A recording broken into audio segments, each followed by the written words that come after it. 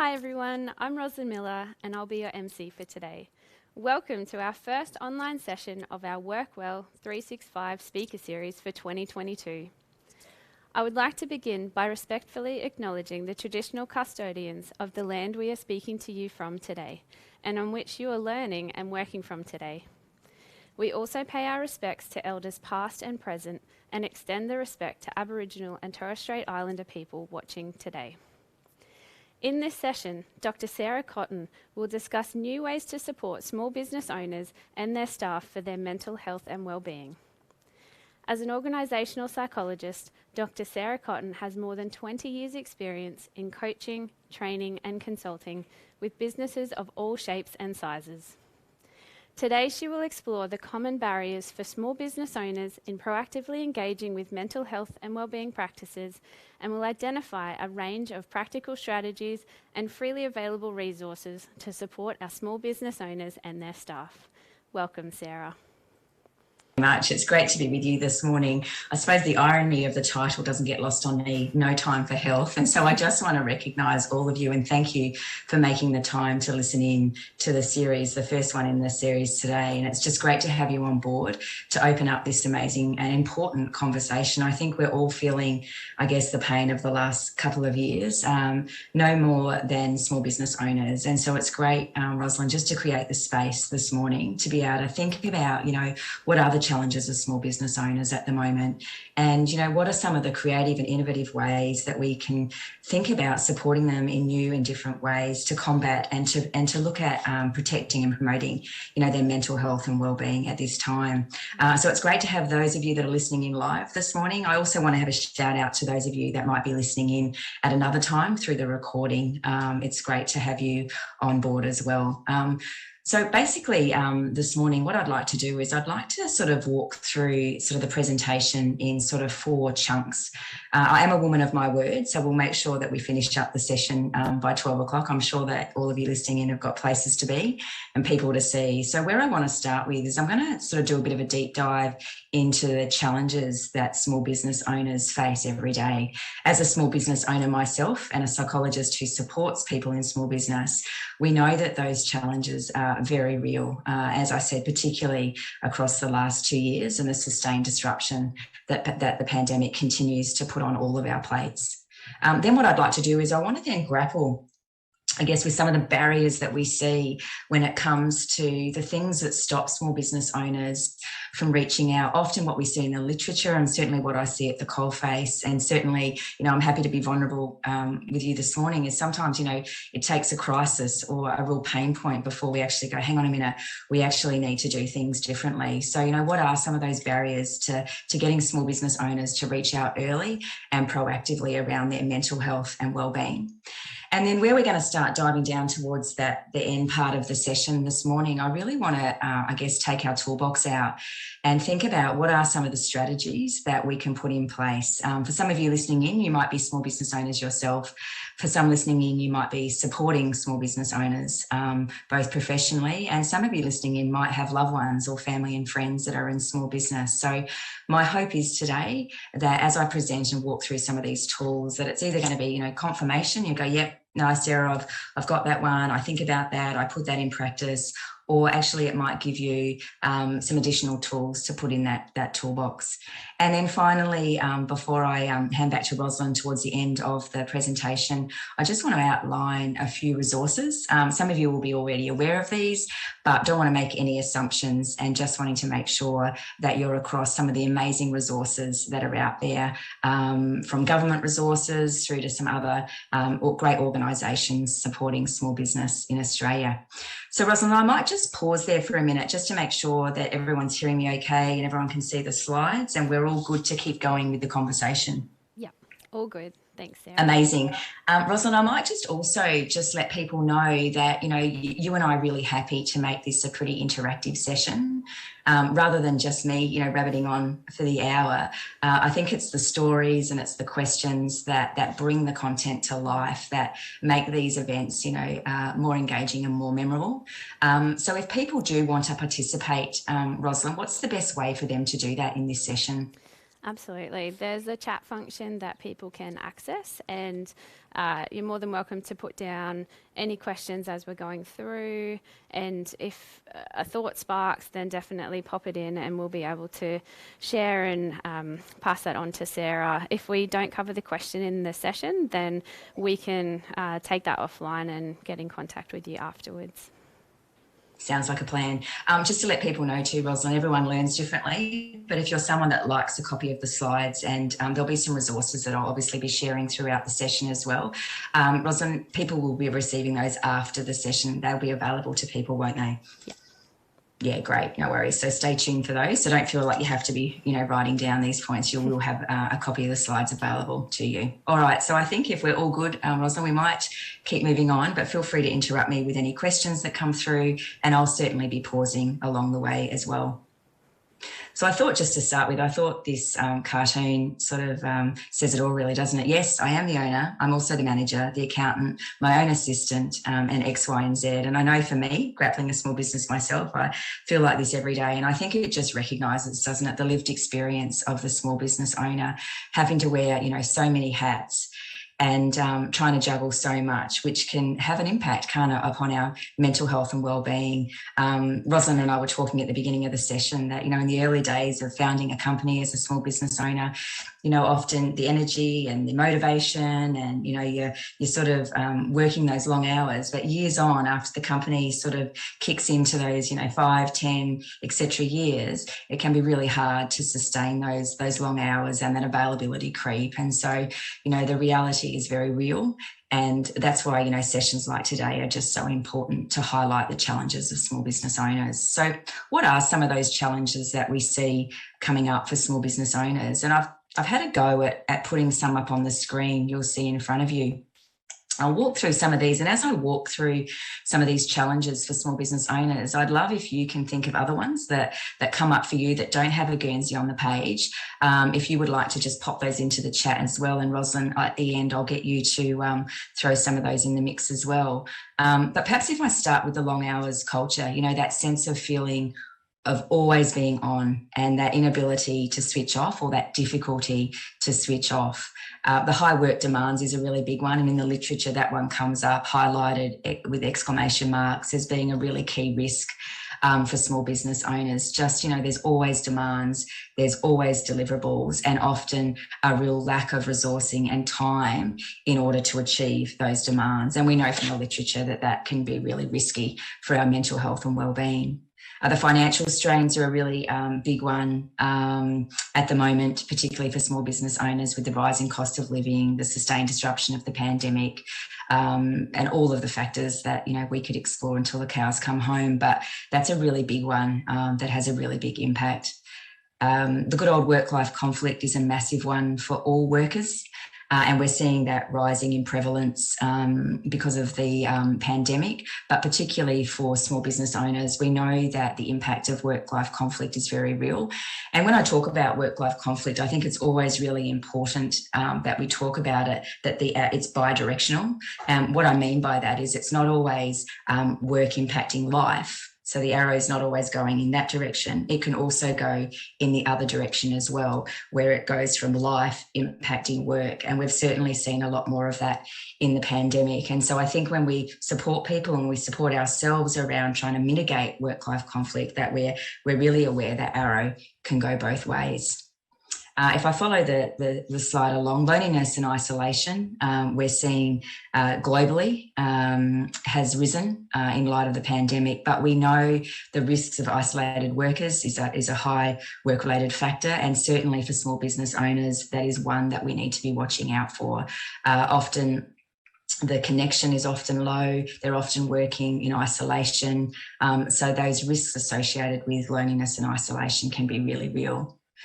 We also know that taking on clients and employees' stress and having those, strong connections to the work and that real commitment, and just they've invested so much into what they do can come at a real cost, and it can have that emotional labour that can take its toll on small business owners.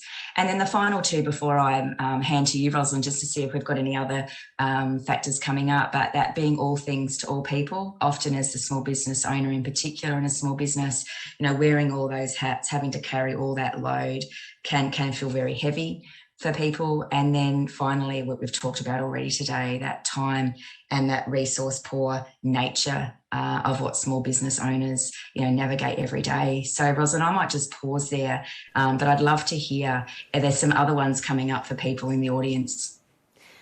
Yeah, thank you so much for everyone putting into the chat.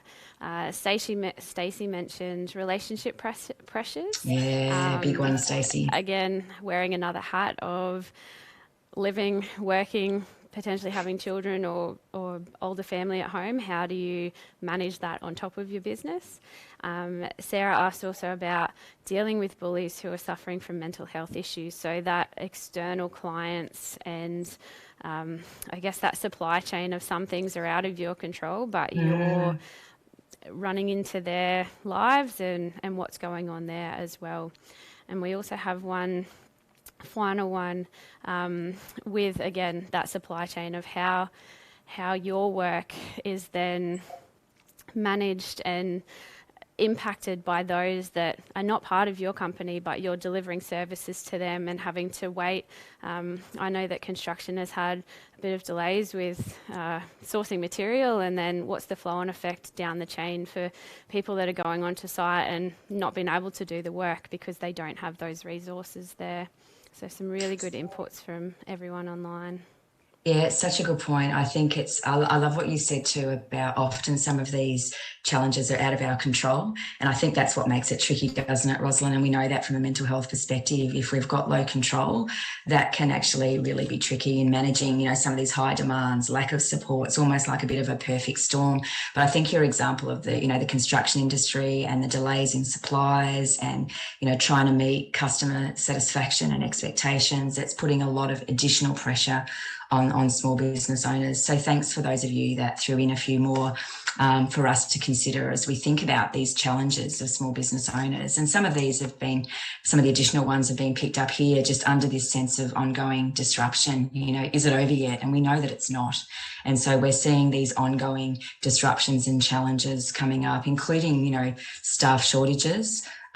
We see some of the recent statistics in April to June this year, 53% of businesses had difficulty finding suitable labour to actually fulfil, the demands of the business. And then you've got, those fewer international students, holiday makers, etc., structured skill shortages. And staff just being unwell, both with COVID and non-COVID illnesses. I know in our team, we've just had, multiple COVID cases with the flu and other versions of colds, not just in our staff, but in their family.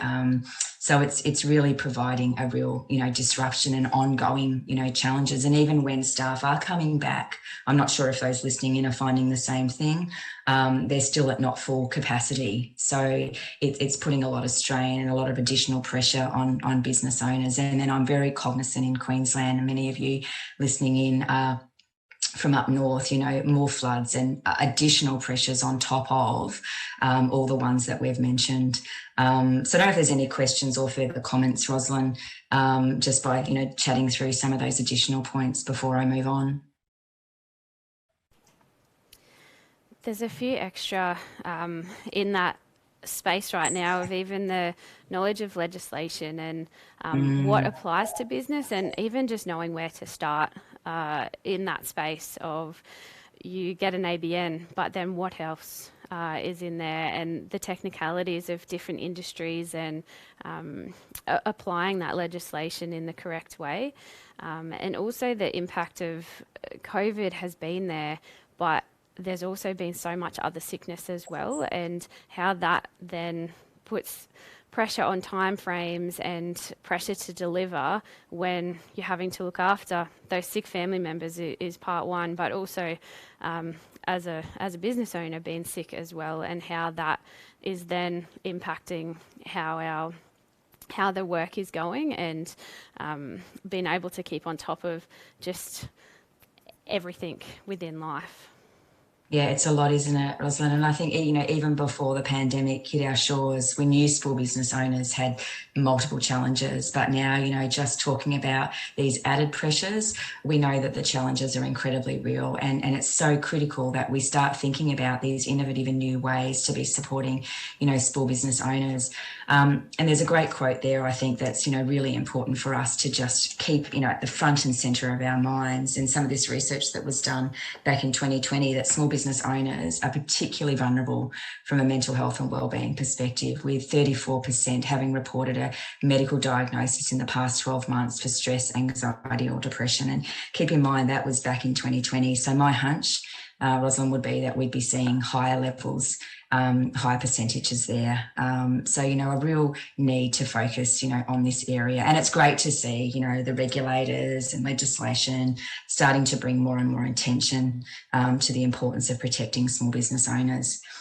We spoke at the beginning about often, despite these challenges that we've just discussed, there's often really real barriers that prevent small business owners from actually getting help early or thinking about, not only their own mental health and wellbeing, but the mental health and wellbeing of their workplace in a really proactive and preventative way. And largely, we know from what we've just talked about, a lot of that is to do with, being time poor and overwhelmed. There's only, so many hours in a day, and it's about dealing with the priorities that are on that list. And what I've done is I've popped in front of you some research that's been done, and the sourced information's there if you want to sort of do a deeper dive into the original documents. But what I wanted to pull out is, what are some of these barriers that come up for small business owners in both accessing help and actually putting it into place and putting it into practice? Because I think they're two different things, aren't they? Actually accessing it and knowing it's there,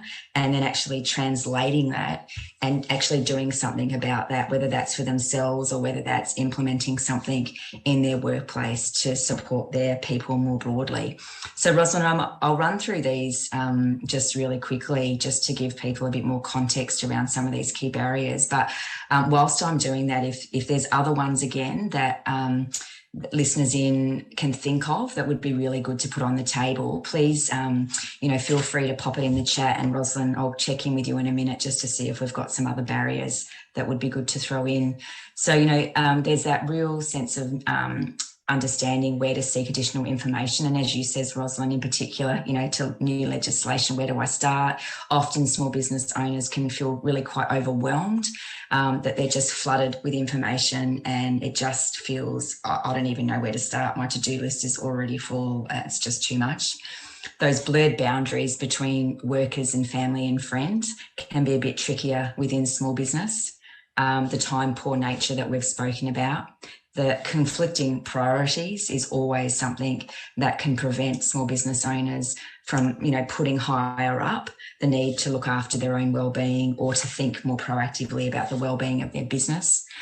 Often small businesses don't have the resources around HR or health and safety that medium or larger businesses have. So often the small business owner is required to wear that hat in addition to every other hat that they're wearing. When we talk to small business owners at the coalface, I really, this one comes through loud and clear. Often there's a real sense of fear of making the wrong decision or not getting it right. So sometimes there can be a sense of avoidance or procrastination around that. Not liking that they don't want to admit defeat. They want to be seen as the of their own business. So they don't want to sort of admit that. No time outside business hours is just that lack of time again. And particularly those in regional and remote communities, sometimes just accessing, Rosalind, some of these services is really tricky. I think that, e-therapy and some of the digital progress that we've made in the pandemic has helped, but I think that can still be a real barrier. So, Rosalind, I might just pause there and check in with you. Have there been any other barriers to accessing help or putting it into place that the participants have put in the chat? Zelinda's brought up a really fantastic point of cost being a barrier to access help. Yes. And absolutely agree on that.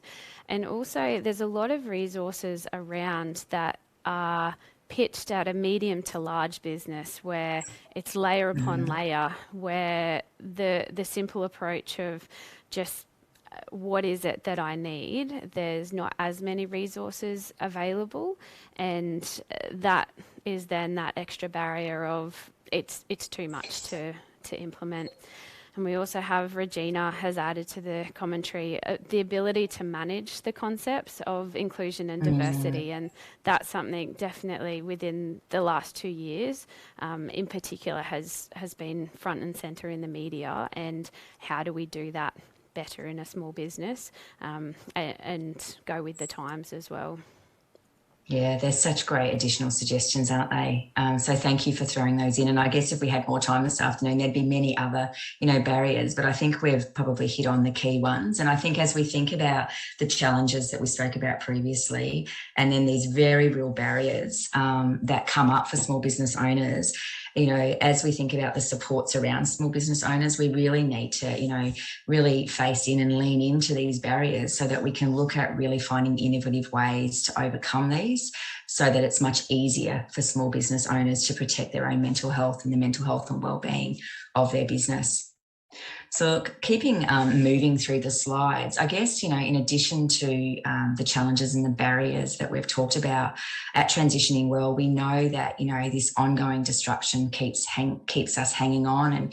And we know that when we think about transition, it can be really challenging. So in addition to those challenges and barriers for small business owners, the current state's gone and the future state is still not clear. And so we're very much still in that transition and challenging phase of working through what that actually means. And for small business owners in particular, that can be particularly challenging without, all of those resources that we spoke about before. So we know because of all the challenges and the barriers and the ongoing disruption, it's left many of us with less fuel in our tanks. And so I think that's a really important piece to put on the table, that, many of us are feeling a bit spent, not just in small business owners, but all of us. And we see some of the statistics, Rosalind, I'm sure you'd be familiar with some of this as well in the work that you do there, that we're seeing up to about 3/4 of workers in Australia are actually putting their hands up and saying that they're showing signs of exhaustion, tipping into early burnout. So, it's really real and tanks are pretty empty. But what we do know is that our tanks haven't emptied overnight. So, it might take time for us to start filling them up. The other thing that's important to think about is that, through the disruption of the last few years, we may have developed some ineffective, work practices or habits, or perhaps even lost, some of the effective ones. And so, how do we create that opportunity, I suppose, to get out of automatic pilot and to pause and think about finding creative ways to continue to, as it says there, to protect our mental health and wellbeing and have those opportunities to refuel. I think as humans, particularly, we know when humans are navigating a crisis such as the pandemic, that we get pretty good at just getting into automatic pilot. And I think what we do know about mental health and wellbeing is that, particularly for small business owners, we need to provide these opportunities for pause and to get out of automatic pilot and to be more intentional about the protection and promotion of their health and wellbeing. And so I guess that's where I'm wanting to move on to now, Rosalind, is actually starting to take some of these tools out of the toolbox and to think about, how can we start really investing in protecting small business owners' mental health. So I might just pause just to see if there's any questions or comments that have come through before we sort of launch into the strategies. Robin brought up a very just poignant point of overcoming stigmas around mental health, and even just taking that first step to seek help has been, again, something that COVID has actually brought to the forefront, which has been a positive to start to address it, but there's still a long way to go there. And also, Robin brought up the point of the access to professionals, particularly outside of Southeast Queensland. When you go to regional and remote areas, you may only have a psychologist visit once a week or even once a month. And how do you access support when they may not be in town, and just overcoming that barrier of being able to access good evidence-based support for your workplace, but also for staff and family as well. Yeah, it's really tricky at the moment, isn't it? And I think we know that some of the wait lists for psychologists, even in metro cities, is long. But I think it's about how do we harness some of the more innovative virtual technology to help us get more access to some of these services, particularly in regional and remote as well. So thank you, Robin, for raising those really important considerations to throw into our conversation this morning. So look, I might move us on just to some of these strategies, and if we can continue to throw things into the chat, and Rosalind, I'll keep pausing as we go through these strategies as well, just to see if there's any examples or questions that people have. So if we have a look at some of the tools for refueling that I want to talk about, and obviously these are sort of put in place with a focus on small business owners today, but keep in mind that they're also really great strategies for all of us as human beings who are working, no matter what context that we're working in. So you'll see there what I've done is I've thrown up 5 sort of strategies, tools for refueling. And what I want to do is I'm going to unpack each of these and just get us thinking about what are some of the things that we can be doing to really focus on our health and our well-being, particularly at this time, and particularly as small business owners.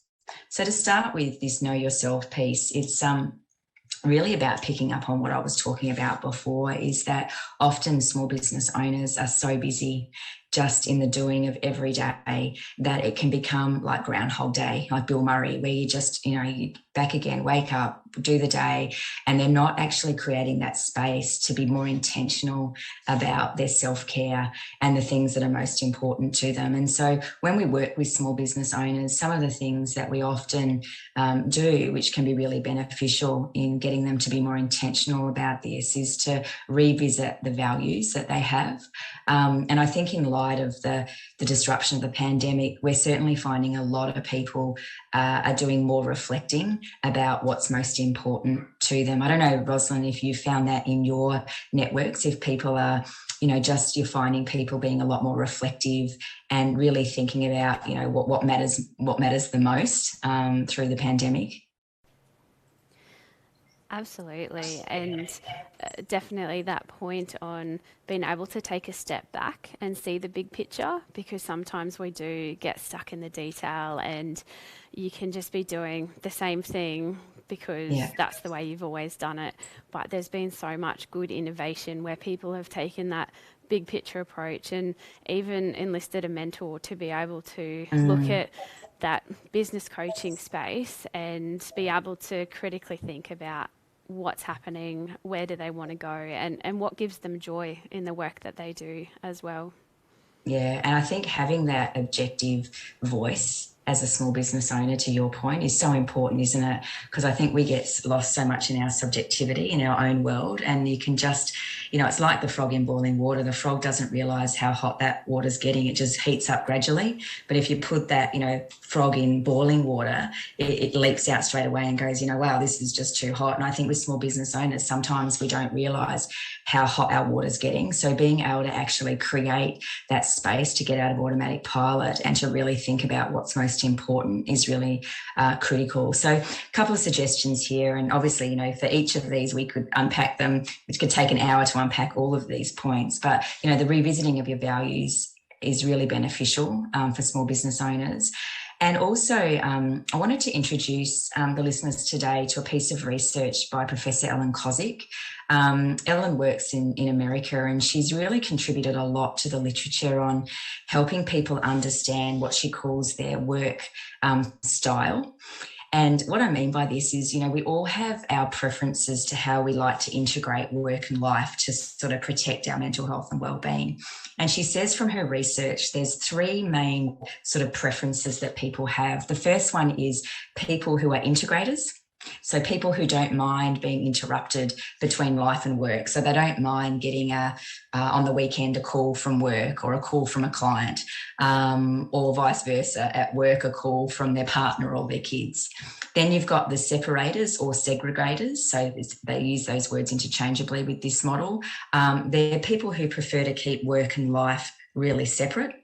And then Ellen says there's the cyclers who do a bit of both, depending on the demands of what's going on for them. So I don't know, Rosalind, if that resonates with you, but I'm happy to put my hand up and say that I'm a bit of a separator by nature. But as a small business owner, I have found that really tricky, as you can appreciate, being a separator as a small business owner. So I've had to learn to be a bit more of a cycler. And what I mean by that is during the week, I tend to function as a bit more of an integrator, but on my weekends are sacred. So I tend to keep my weekends really separate as much as I can. And so, because what we know is that if you're operating away from your natural style, that can come at a cost. And so that's how I've, as a small business owner myself, have learnt to manage that. And I'll just say one more thing, Rosalind, and then I'll hand back to you to see if there's any questions. But one of the things that we've noticed over the last 2 years with many workers at times being forced to work from home is that it was the separators who really struggled with working from home, because they preferred the commute, they preferred that real clear demarcation between work and life. So I might just pause there, Rosalind, just to see if that's raised any questions or if you've got any comments about Ellen's model. I would like to ask, how did you go about identifying that you were a separator, and has that changed your model of business when you identified that? Did you see a change in what you were doing and how you were doing work? Two good questions. So there is actually a survey that Ellen has, which I'm happy. I don't think I've got it in the resources, but I'm happy to share it with you, Rosalind, that you can share with participants if they want to do that. So that's what helped me really work out what I was. But I also was finding myself, I used to get really resentful when I used to get calls on the weekend or have those interruptions. And when I read Ellen's work, and there's a copy of the paper that I'm happy to send as well as a resource, when I read the paper, I went, oh, that's what it is. I'm not an integrator. That's not my preferred style. So that's how I found out. And then did it change how I worked? Yeah, look, my business partner and I had a really honest conversation. My business partner's an integrator and I'm a separator. So we actually worked out how to work better together. And then I'm always really upfront with my team that I am a separator by nature. And so that's really helped to work out how we work best as a team. So if that answers your question, but I think it's good for all of us to be thinking about, not just in our own lives, but those listening in that are leaders, to be thinking about what is the work style of your people can make a massive difference in helping to protect them as well. Awesome. Thanks, Sarah. That's yes, really good food for thought of something that you can do really easily, but can also make a difference in the relationships that you have with staff, but potentially also clients as well, to work better with them and to communicate in a style that is going to resonate with them as well. Yeah, and I think we're going to talk about boundaries in a tick, but I think too, finding ways to communicate that even to clients too. Mm-hmm. So on my email signature, I actually have that I'm not checking emails on the weekend. So if it's urgent, you're going to have to call me. So just, finding ways to, people aren't mind readers. So helping people understand your preferences too in how you communicate your boundaries is really important. But look, I'm going to keep us moving on because I am a woman of my word and I want to make sure that we honour the time that we have together as well. Just to let you know, one of the resources that you'll be receiving in the pack following the session today is one called Building Your Lighthouse. So if you haven't sort of stopped and paused to look at what's most important to you for a while, I'd really encourage you to have a go at this activity. You can do it for yourself as an individual. It works really well in teams, in families, but hope that just gives you an opportunity to give you something really practical. Very happy for you to share that as wide as you want. I don't mind where that resource goes. I just hope that it helps people to actually be reminded of what's most important to them. So I'm going to move on now to the second strategy, which is a nice segue actually to what we've just been talking about, Rosalind, which is around, how, particularly as small business owners, when there's just so much going on, that always on mentality, that availability creep that we know has been creeping up, particularly in light of the pandemic. How do we actually start being intentional around our boundaries? Because what we know is that if we don't actually set the boundaries for ourselves. No one else is ever going to do that for us. And I'll always remember that when someone shared that with me early in my career. They went, Sarah, unless you actually are intentional about how you want to set your boundaries between work and life, they're not magically going to just happen. You've actually got to be really intentional around that, because what we know there from the research is that clear and predictable boundaries really support wellbeing and recovery from work. So we know that they're not just nice to haves, they're really integral. And I reckon I've got a quote there from Adam Grant. And the reason, Rosalind, I wanted to share that today is, I've studied boundaries a lot in my career, both professionally and personally, because I've found it not easy to always have clear boundaries. And that quote by Adam Grant changed my behaviours in setting clearer boundaries more than anything else I'd ever read before. So, he says it's impossible to please everyone. The question is whether you're disappointing the right people. And it was that part of his quote that I went, man, who am I disappointing? There's only 24 hours in a day, 7 days a week. I'm only one person, and I need to make sure I build in recovery. Otherwise, I'm not going to be sustainable. I just think it's really important to be thinking, particularly as small business owners, about how we can set up those clear boundaries. And look, we could do a whole masterclass just on clear boundaries, Rosalind. But I suppose just for today, I just wanted to, raise it as something that we know is really important. And then I've got just there some tools to think about in boundary setting, which you can have a look through in more detail at your own leisure. And I think, it is, as I mentioned before, things like people aren't mind readers. So we need to make sure we communicate, those boundaries. It's certainly not a one size fits all.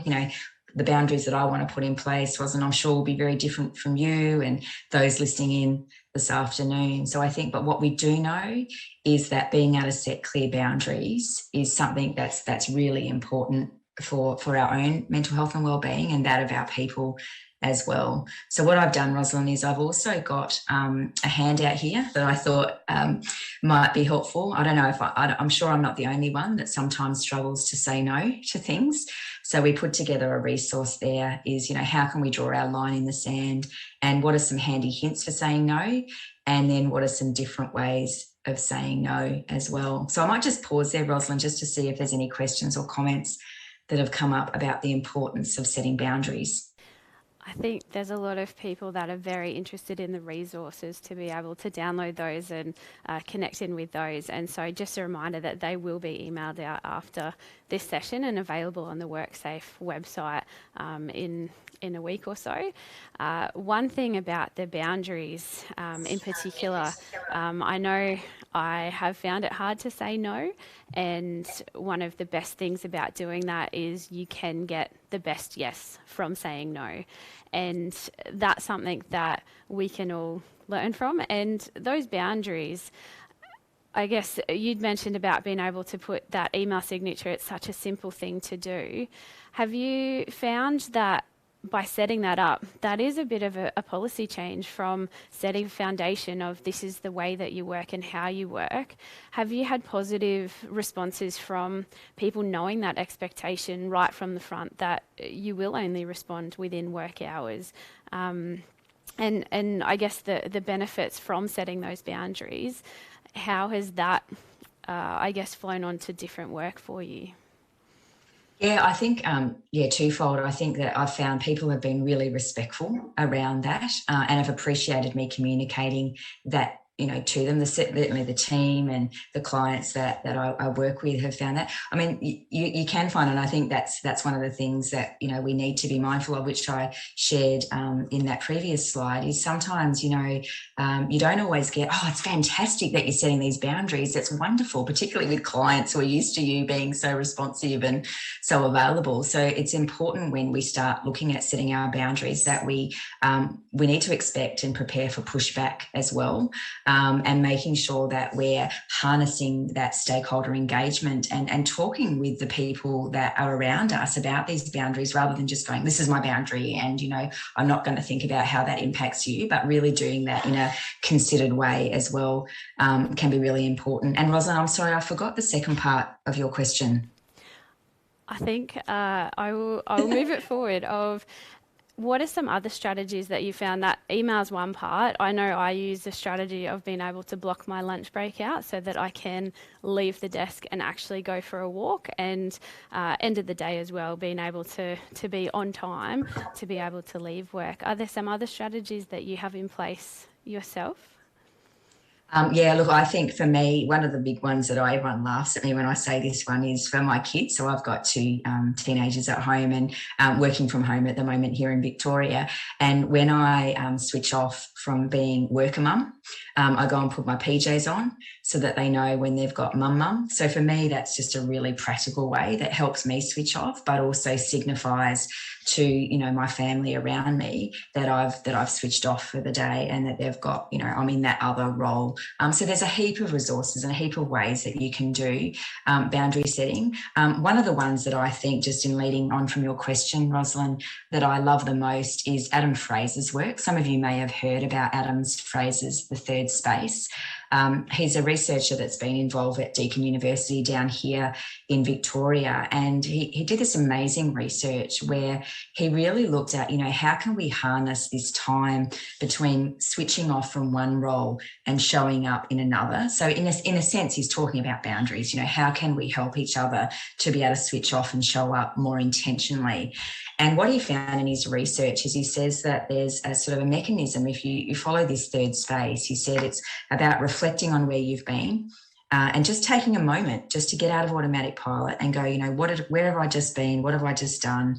And then being able to then pause just briefly to give yourself some space, and then being able to look at resetting before you show up into that next role or that next meeting or that next client. So, it's a really simple strategy, Rosalind, but it's an amazing one to actually get us out of that automatic pilot and to really harness those gaps that we have that often, we don't harness. And what I have found is that's been really helpful for me in just helping to manage the boundaries, not only between work and life, but from meeting to meeting as well. So I don't know if that resonates with anyone in the audience, Rosalind, or if there's any questions on the third space.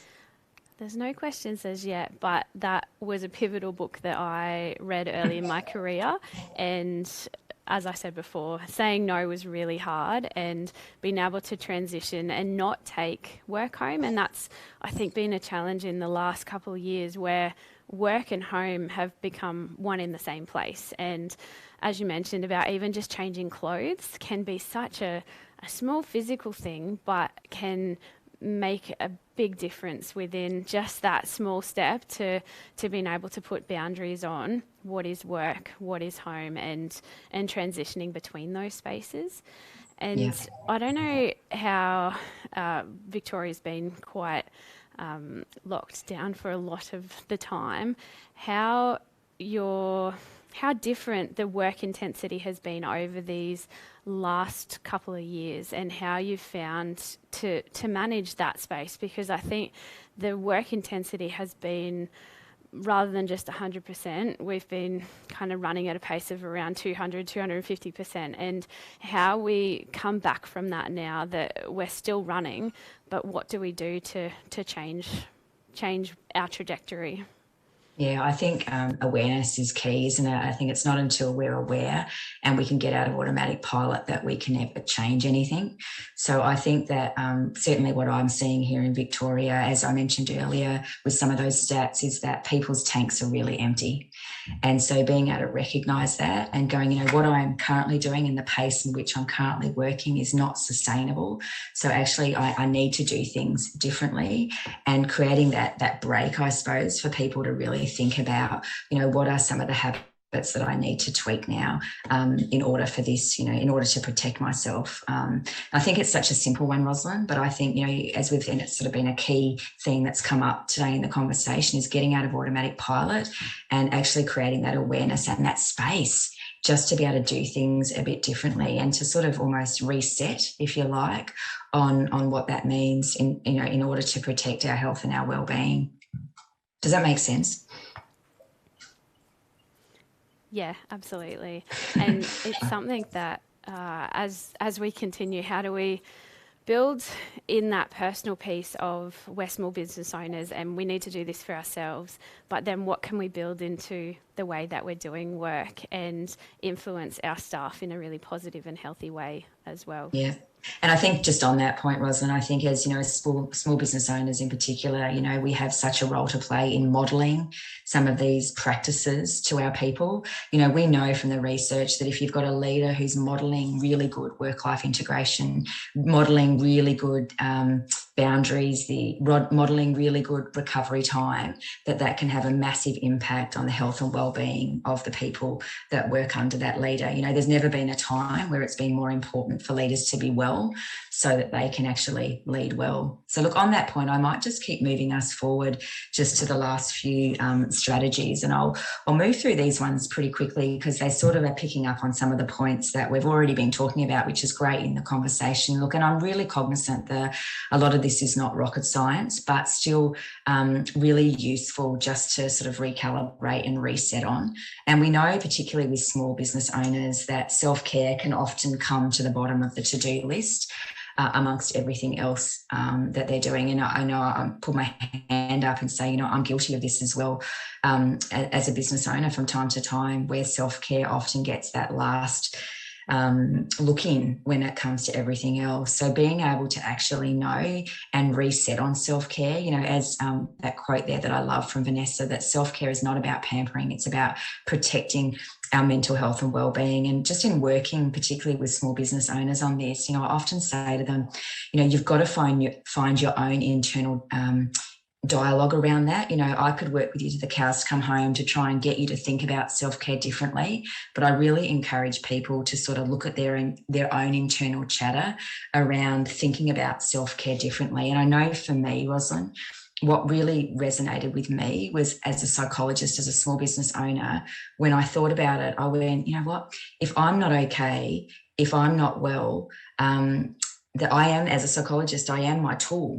So, I have to be well in order to, fulfill my duty of care to my clients and the people that work for Transitioning Well. So, all of us will have our own narrative around that. We'll have our own histories around self-care, but it's really important for us to get straight with that dialogue and to be able to go, it's okay. It's actually not just okay, but it's essential that we actually look after ourselves. And we know too, importantly, that rest is just as important as getting a good night's sleep. I think the sleep hygiene piece is critical, so please don't misinterpret what I'm saying. And the literature would back that up. But I think we've put so much emphasis on putting everything into sleep that we haven't talked enough and helped people understand enough about the importance of rest. And so I just wanted to introduce your listeners this morning, Rosalind, to some research by Dr. Saundra Dalton-Smith, who actually gets us thinking, I guess, more broadly about rest and not just putting it all into one bucket. But Sandra, what I love about Saundra's work is she talks about 7 buckets, ranging from physical rest, mental rest, sensory rest, even creative rest. I know for me, getting out into nature is one of the best ways that I switch off and rest. Emotional rest, social rest, and spiritual rest. And I might pause there, Rosalind, because I'd love to just see if there's any questions or comments coming through, because I think, expanding that out, that sense of rest is really helpful, particularly for small business owners. Absolutely. Ella has popped into the comment about some of the, what are some of the best third space rituals that you can see or have seen and have put in place. And I think that's ties nicely in with this rest conversation.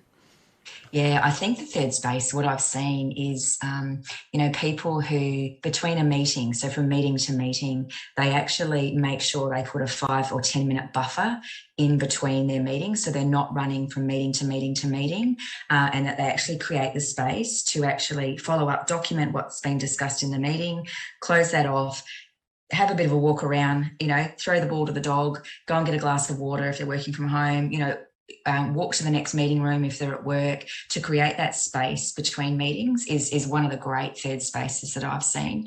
A third space that I also really like, that I often see between switching off from work and then going home, is the commute. So people really being intentional about using that commute, whether that's listening to a podcast, turning the radio up loud and just singing, or, calling a friend on the way home, just to be able to help them sort of switch off and embrace that third space, so that when they do walk in the front door, they're actually able to show up, as opposed to still having all the work thoughts still, very present in their mind. So there's just a couple of suggestions, Rosalind, that come to my mind. One other part, and I think it comes back to that stigma perspective of, if I was to talk to a farmer about putting rest into their day, they would probably laugh quite a lot. How do we go about, I guess, just breaking that down, the fact that it is so important and foundational to just us as human beings? How can we build that into the way that we do our work without it being seen as just a nice to have in a way? Yeah, I think, you're right. I think sometimes it can be seen as a fluffy thing, can't it? As a nice to have. And so I think, we have to help people understand, I think sometimes the science and the real benefits of this at a really practical level, so understanding just even things like when I often think of rest really practically, and when I talk to a lot of my male clients about rest, for the very reasons that you've talked about, if I talk about some of this, they'll go, they roll their eyes. But if I actually say, we know from the research that I talk about it in the language of external and internal recovery, and that seems to really resonate with people sometimes more. What I mean by that is, external recovery is how we switch off after work, how we switch off on weekends, are we taking holidays, so we get that external break from work. And then I also talk about internal recovery, and what I mean by internal recovery is, are we actually stopping to have lunch?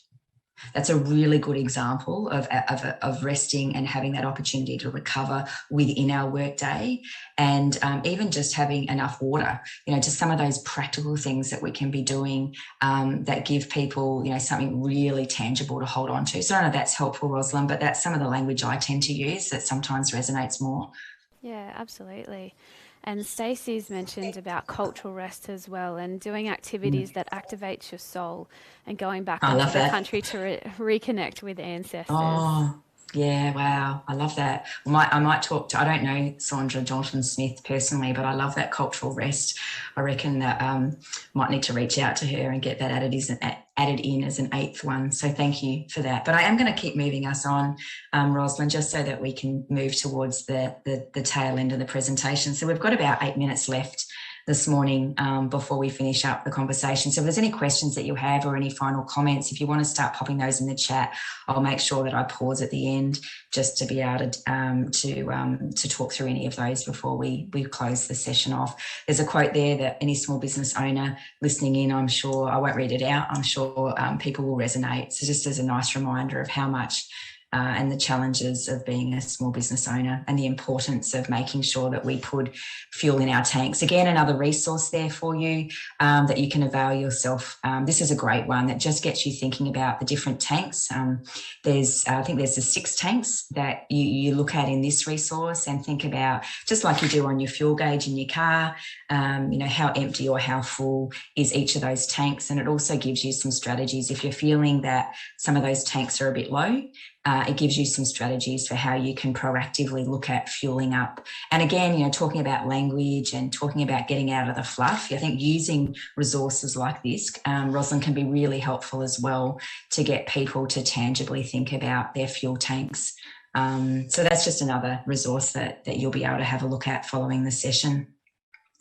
And then finally, just the last couple of strategies, this weaving wellbeing into work's a really important one as well. I think, we often believe we need huge blocks of time away from the desk, to actually make sort of these wellbeing check-ins worthwhile. But we know that the little things, those little moments, all add up, and they aren't little. And so some of the things that we often talk about, certainly in the work that we do, particularly with small business owners, is having quick ways of checking in on our wellbeing every day that don't actually take up too much time. So this 5 quick check-in prompts, for example, I tend to encourage people to do these as habit stacking. So when they boil a kettle is a really good one.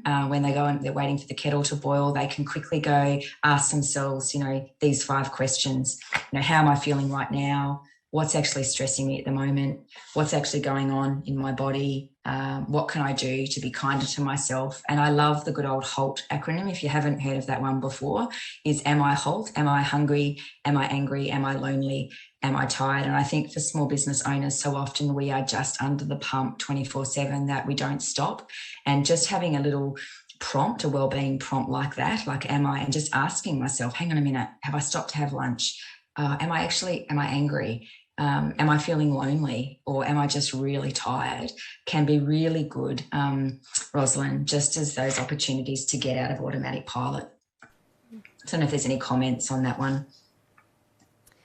Not at the moment, but absolutely weaving it into having, I guess from that business perspective, having the right equipment to do the right job, whether that be even the little things of your right technology, your desk set up so that you're not impacting your musculoskeletal system as much, and really keeping injuries to a minimum.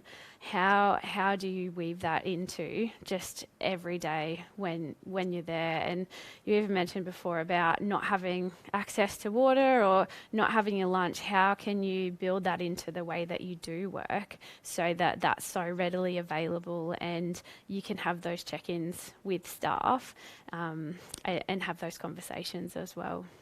Yeah, that's great. Thanks, Rosalind. And then I've got some other activities there that you'll be able to have a look at when you go through the slides. But I guess I just wanted to show you this Microsoft Work Lab piece of research just really quickly that speaks to the importance of having breaks between meetings. You'll notice there on the top brain scans. This was 4 meetings where people had no breaks versus the second group of people who had a 10-minute break between each of these meetings. The blue represents less stress on the brain scans. The going into the red represents more stress. I think the only reason we're starting to see a reduction in the people with no breaks, it was probably their last meeting for the day, but you can see really clearly the difference that just having those breaks in between can make on our health and wellbeing. So really practical things to be thinking of, Rosalind, and I think when you see it visually like that, it's very powerful, isn't it?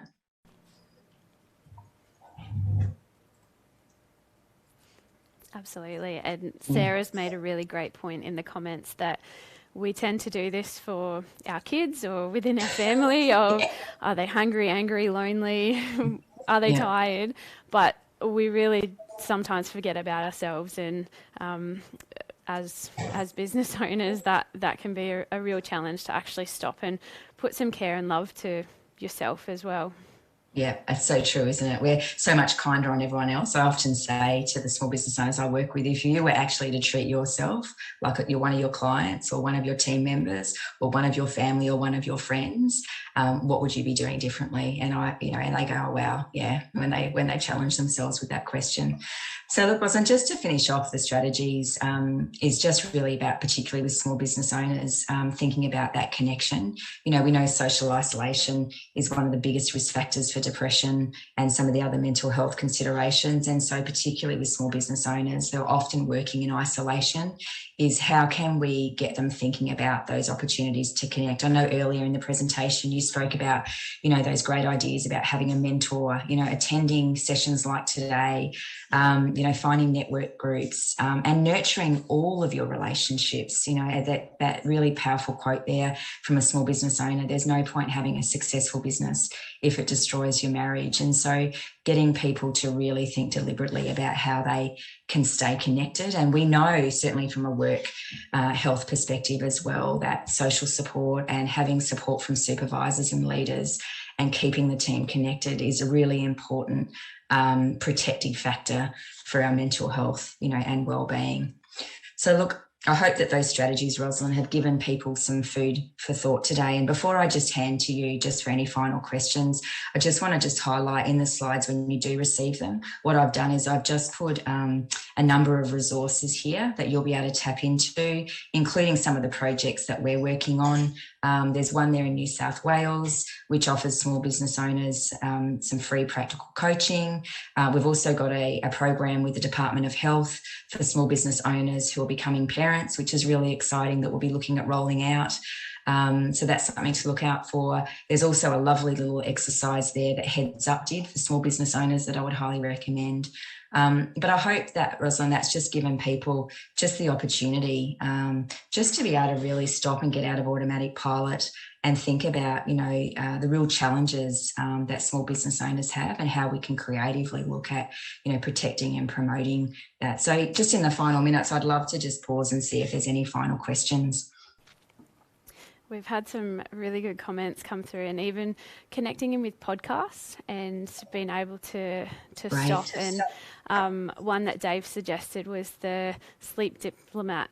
He's found quite useful, and I know there's quite a few different podcasts in particular that are out and released and are an easy way to be able to stop and listen on the way, or have something different in the car when you're driving to the next job to stop and consider and think differently as well. Good third space as well, hey? Absolutely. Great. Well, I think we're coming to the end of the session today, and any final questions that are there, we will be able to take them offline. I would like to thank you, Sarah, for giving us such an insight and sharing your experience in small business. And I'd like to thank everyone for joining us today. We hope you are able to take Sarah's information and implement it into your workplace. Today's presentation recording will be available on our website, and keep an eye out for that in the coming weeks. Don't forget, we have 5 more presentations as part of the Workwell 365 speaker series. In August, hear from forensic psychologist David Whittingham, who will be discussing the different types of work-related violence and will provide practical tools to help reduce the risks. I also encourage you to check out the full range of industry and topic-specific video case studies, podcasts, speaker recordings, webinars and films to help you take action to improve your work, health, safety, wellbeing and return to work outcomes. These resources are free to download and share, so I encourage you to share them with your staff and networks. Have a wonderful day, everyone.